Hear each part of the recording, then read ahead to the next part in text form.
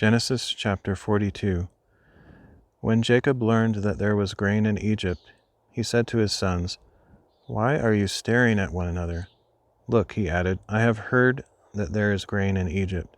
Go down there and buy some for us, so that we may live and not die." So 10 of Joseph's brothers went down to buy grain from Egypt. But Jacob did not send Joseph's brother Benjamin with his brothers, for he said, "I am afraid that harm might befall him." So the sons of Israel were among those who came to buy grain, since the famine had also spread to the land of Canaan. Now Joseph was the ruler of the land. He was the one who sold grain to all its people. So when his brothers arrived, they bowed down before him with their faces to the ground. And when Joseph saw his brothers, he recognized them, but he treated them as strangers and spoke harshly to them. "Where have you come from?" he asked. "From the land of Canaan," they replied. "We are here to buy food." Although Joseph recognized his brothers, they did not recognize him. Joseph remembered his dreams about them and said, "You are spies. You have come to see if our land is vulnerable." "Not so, my lord," they replied. "Your servants have come to buy food.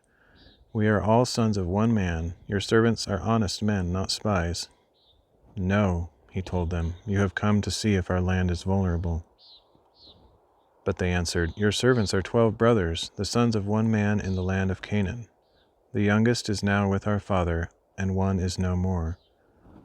Then Joseph declared, "Just as I said, you are spies, and this is how you will be tested. As surely as Pharaoh lives, you shall not leave this place unless your youngest brother comes here. Send one of your number to get your brother. The rest of you will be confined, so that the truth of your words may be tested. If they are untrue, then as surely as Pharaoh lives, you are spies." So Joseph imprisoned them for 3 days, and on the 3rd day he said to them, "I fear God, so do this and you will live. If you are honest, leave one of your brothers in custody, while the rest of you go and take back grain to relieve the hunger of your households. Then bring your youngest brother to me, so that your words can be verified, that you may not die." And to this they consented. Then they said to one another, "Surely we are being punished because of our brother. We saw his anguish when he pleaded with us, but we would not listen. That is why this distress has come upon us." And Reuben responded, "Didn't I tell you not to sin against the boy? But you would not listen. Now we must account for his blood." They did not realize that Joseph understood them, since there was an interpreter between them. And he turned away from them and wept. When he turned back and spoke to them, he took Simeon from them and had him bound before their eyes.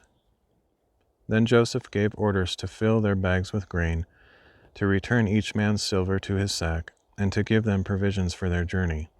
This order was carried out, and they loaded the grain on their donkeys and departed.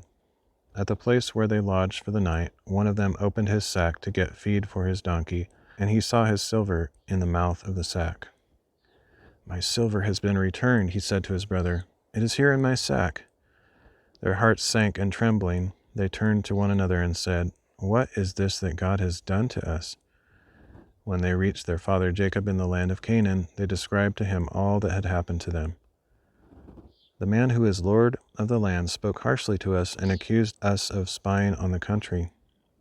But we told him, 'We are honest men, not spies. We are 12 brothers, sons of one father. One is no more, and the youngest is now with our father in the land of Canaan.' Then the man who is lord of the land said to us, 'This is how I will know whether you are honest. Leave one brother with me, take food to relieve the hunger of your households, and go. But bring your youngest brother back to me, so I will know that you are not spies but honest men. Then I will give your brother back to you, and you can trade in the land.' As they began emptying their sacks, there in each man's sack was his bag of silver. And when they and their father saw the bags of silver, they were dismayed. Their father Jacob said to them, 'You have deprived me of my sons. Joseph is gone, and Simeon is no more. Now you want to take Benjamin. Everything is going against me.' Then Reuben said to his father, 'You may kill my 2 sons if I fail to bring him back to you. Put him in my care, and I will return him.' But Jacob replied, 'My son will not go down there with you. for his brother is dead, and he alone is left. If any harm comes to him on your journey, you will bring my gray hair down to Sheol in sorrow.